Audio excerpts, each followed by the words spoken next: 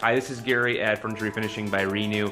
We had a message come into our Facebook from someone who follows us. Her name is Jane, and she had asked about dealing with mold spores on furniture. This is something that a lot of people deal with.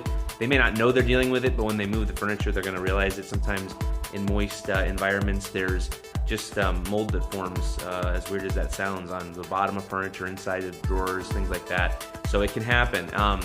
It's a tricky thing to solve because mold is pretty resilient, and you want to be really careful with testing anything first on an area that, you know, if it causes damage, it won't matter. So you always want to test anything first.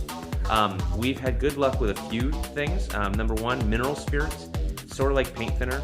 It's a chemical solvent, but it's very gentle on most finishes. You want to be careful on some of the oiled finishes that are not as much on the surface, like urethanes and lacquers. So if it's an oiled finish, like the tongue oil, it could cause problems there. But normally on urethanes, lacquers, typical furniture finishes, that would work. And that is really good. It helps to get the spores off, and just usually is pretty effective. The other is vinegar. Again, test this first, but vinegar solution can work really well. I usually like to use just pure vinegar. I don't like to dilute it. You could dilute it, but that's another thing. I have heard dish soap, like a detergent, mixed with a little water, like soapy water, can work, but that sometimes is not quite abrasive enough to do it. The question was, can you recoat the furniture and sort of seal in, you know, any of that residual mold problem? The answer is yes, sort of. If you're a homeowner trying to do that, it can be tricky, because if you just throw some polyurethane over the existing finish, you're going to have no bond. So what's going to happen is you're going to create a whole new problem. A couple years down the road, a year down the road, it's going to just want to flake off. It's not going to bond to the existing finish well. So that's, I would not use urethane. If you're going to try to recoat, shellac is pretty forgiving, but again, that's really finicky. You could really make a beautiful piece of furniture look pretty bad if you just start recoating everything. So I would be really cautious about that.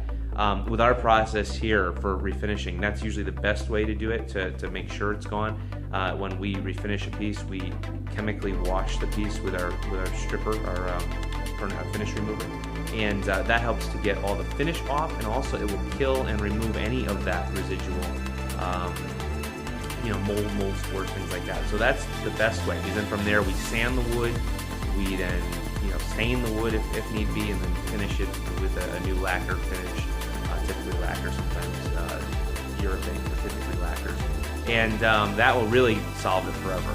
But that is definitely a more costly road to take. If the piece is a great piece and it's worth it, it might be an option. If it's a piece you're trying to do a quick remedy on, I would try mineral spirits, or I would try vinegar, potentially soapy water. But as far as recoating, I'd be really careful not to just start recoating over old finishes, because it won't last. It might solve it for a period of time, but it creates a whole new problem. So hopefully that's helpful. It's a tough one. It's a really tough one just to recommend ideas for, but hopefully that helps. Just wanted to do a quick video on that. The other option too is, you know, bare wood, like on insides of drawers or bottoms of drawers that happens to be bare wood, you can lightly sand that. Just wear a mask if you don't want to get the mold spores or dust in your lungs. That's not good.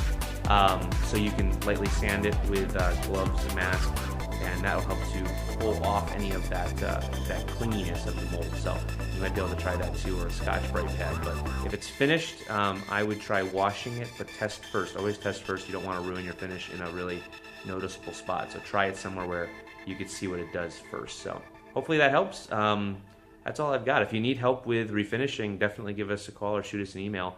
And if it's a great piece, we could take care of that for you. But hopefully that helps, Jane. Have a great day.